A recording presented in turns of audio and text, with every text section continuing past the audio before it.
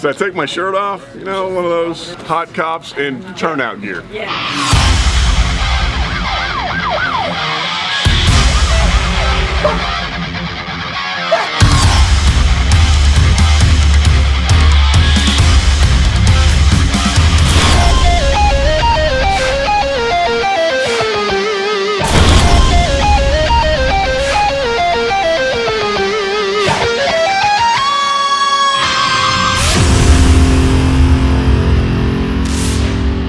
This friendly competition between firefighters and police about who's the best. So I thought it would be interesting to take Paul to the Fire Institute to maybe experience what it's like to be a firefighter. Him? Yep, that What's one. up?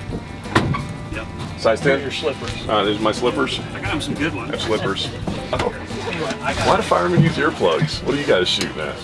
What's up? You know, what was that? So we don't have to listen to the cop. Oh, damn. What's up? Why the fireman dogging the cop, man? What's going on with You that? know, it's like there's a beef that goes back ages.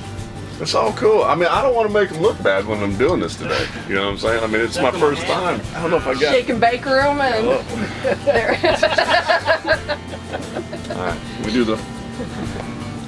I really hope you don't fall flat on your ass. Hey, I work K9 any day. You guys can have this. I mean, cool boots though.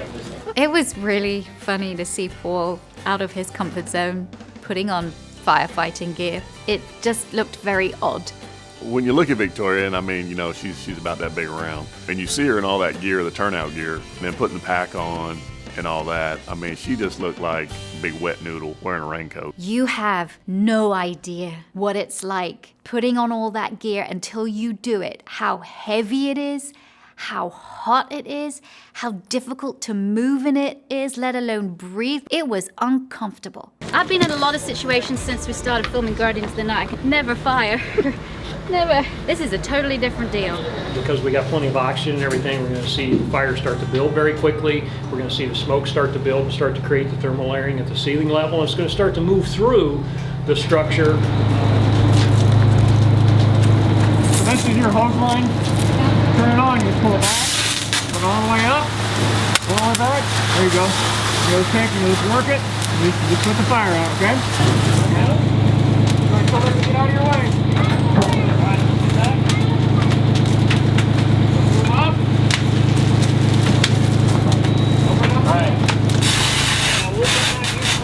Even though I knew this was a controlled situation, I was really nervous.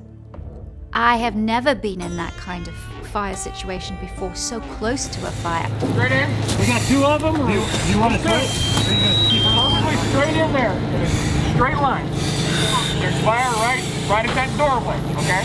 We're just going to crawl in, straight in, and where that doorway is, you're just going to hit the ceiling, you're going to put that fire out, okay? It defies logic. You don't go into a fire, you run away from a fire. Yet here I was going in.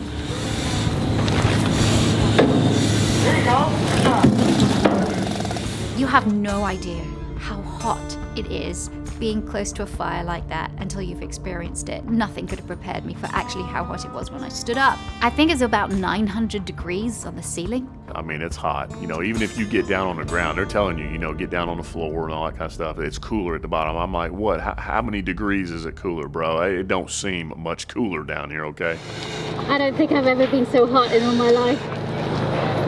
That's an insane experience. The intense heat, how difficult it is to move in this gear, that fear of smoke and fire. And I was in there for what, 3-4 minutes? You can imagine what it's like when these guys have to fight fires for hours and hours and hours. Now let's take a positive spin on it. You went in and did something that very few people have ever done. Went into the unknown that very few people have ever done, and you accomplished your goal. That's a good deal. Thank you. I did, but we like to end on positive training. I love positive training, that's what it's all about. Dogs, law enforcement, K9, and firefighters. Perfect. Right away, I mean, my respect to firefighters, I can't even imagine. It just shows me again that everyone in law enforcement, you know, all of these first responders are so brave.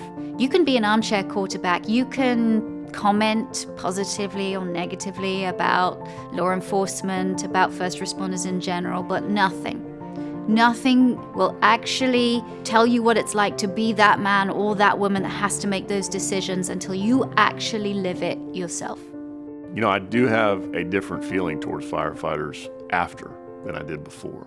That's a whole different world, I'm gonna tell you for real. They can have that. I will work my dog any time of the day.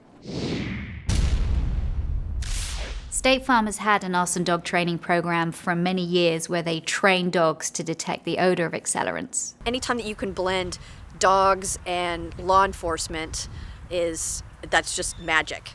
Attending the State Farm training program, I was able to see how these fire marshals work with their dogs and how the training goes, and it was great to be able to experience it for myself. Love him. He's awesome. He's got a great personality, hard worker, polar opposite of me. The bond is definitely there. You know, 3 or 4 days and dog starts trusting you. Dog starts believing that you're going to be there for the long haul. Crumbler rides in with him in the truck. Pretty much your guardian angel. You're talking to the dog, you're taking the dog for a walk, so yeah, it's cool. I'm in love. I'm in love with Riley. Yes, that was gross. Yes. Love them up. The more you love them, the more they love you. Billy bonded with me real quick. Yeah. Real quick. He knows everything. He's already been trained. I'm actually the one training in this class. You're pulling too hard on the dog. Let him do it. Go. All right. The dogs are taught to recognize 60 different types of ignitable liquids. I loved the challenge of training an accelerant detection canine because I'm so comfortable with what I do in my kind of work. So to be out of my comfort zone was really, really good for me. Seek. Come back down, Peter. Yes. Good girl. Good girl. Seek again. Seek. It's a very important job. It's a legally important job. What they're doing could either prevent someone from going to jail or put somebody in jail for a long time. They can smell even tiny, tiny little bits of accelerant in a huge area in about 30 minutes, where it might take a human or a machine a day or a couple of days to do. With an accelerant detection dog, the conviction rate can go from 10% to 40 to 50%. So they are really vital in putting these arsonists away.